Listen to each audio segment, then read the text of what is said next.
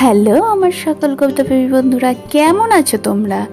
আশা করি সকলেই খুব ভালো আছো এবং সুস্থ আছো। তোমাদের জন্য রইল আমার এক আকাশ ভালোবাসা। আজ কেবলমাত্র তোমাদের জন্যই আমি হাজির হয়েছি আমার লেখার একটি নতুন কবিতা নিয়ে। আজকের কবিতা একদিনের বাবা সাজা। রোজই দেখি বাবা, যাচ্ছ তুমি অফিস, কি সুন্দর আছো বলো তো তুমি। আমি শুধু ভাবি, যাচ্ছ আসছো, ব্যাস, নেই কোনো চাপ। আমার মতন পড়া পড়া আর অন্য কারিকুলামের মাপ। একদিন আমি হই না তাহলে রূপটি নিয়ে বাবার, তুমি না হয় ছেলেই হলে আমার এই খেলার। সকাল সকাল মা যে চেঁচায়, কি গো কখন বাজার যাবে? আরো দেরি করলে যে পচা মাছ সবজি পাবে। কোনো রকমে চোখে মুখে জল দিয়ে চললাম বাজারের ব্যাগ হাতে। ঠেলাঠেলি দাম কমানো সবের মধ্যে আমি ঘাম ঝরিয়ে গরমে হিম খাচ্ছি। এদিকে আবার অফিস টাইম এগিয়ে আসছে ক্রমশ। তাড়াতাড়ি বাড়ি আসতে হবে, আছে সেই হুঁশ। কোন রকমে বাড়ি এসে স্নান সেরে খেয়ে বেরিয়ে পড়লাম অফিসের উদ্দেশ্যে, বাসে গুঁতোগুতি খেতে খেতে। দেরি হলে বস দেবে বকাবকি। না বাবা, বাস থেকে নেবেই আমি এবার দিই ছুটি। সন্ধ্যাবেলা বাড়ি ফিরেই শরীর বড্ড ক্লান্ত। তার মধ্যেই ছোট্ট সোনা এসে বলে, বাবা চলো না একটু খেলবে আমার সাথে। করতে হবে যে তাকে শান্ত। কিছু সময় অফিসের কাজের চাপ থাকলে নিয়ে আসতে হয় বাড়িতে।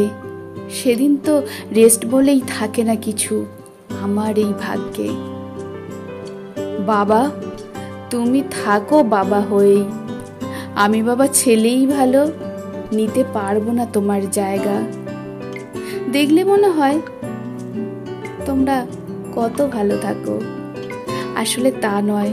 তোমাদের দায়িত্ব কর্তব্য সবকিছুকে স্যালুট জানাই, করে আমার মাথা নত।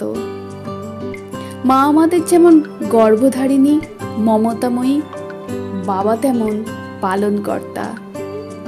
বাবার ত্যাগ বাবার পরিশ্রমগুলো আমরা তেমনভাবে বড় করে বলতে পারি না ঠিকই, কিন্তু বাবা তুমি ছাড়া যে পৃথিবীর সব কিছুই শূন্য। তোমাকে তো কোনো কিছুর সাথেই তুলনা করা যায় না। তোমার জায়গা বড্ড কঠিন, বড্ড শক্ত। আমি ছেলে ভালোই আছি তোমার আদরেতে। একদিনের এই বাবা সাজায় অনেক কিছু জানলাম, অনেক কিছু বুঝলাম। না না বাবা, এই বেশ আছি ভালো, নিতে পারবো না তোমার ওই স্থান।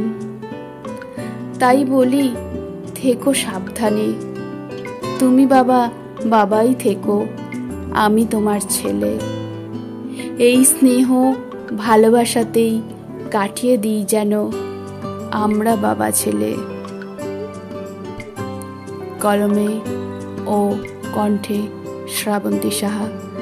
আমার এই কবিতাটি যদি একটুও ভালো লেগে থাকে তাহলে অবশ্যই লাইক এবং প্রচুর প্রচুর শেয়ার করবেন। আর নতুন বন্ধুদের উদ্দেশ্যে বলছি, আমার এই ছোট্ট চ্যানেলটিকে সাবস্ক্রাইব করে দেবে অবশ্যই, যদি তাদের আমার কবিতা ভালো লেগে থাকে। সকলে সুস্থ থাকবে, ভালো থাকবে এই কামনাই করি। আবার দেখা হবে পরবর্তী কবিতা নিয়ে খুব শীঘ্রই। নমস্কার।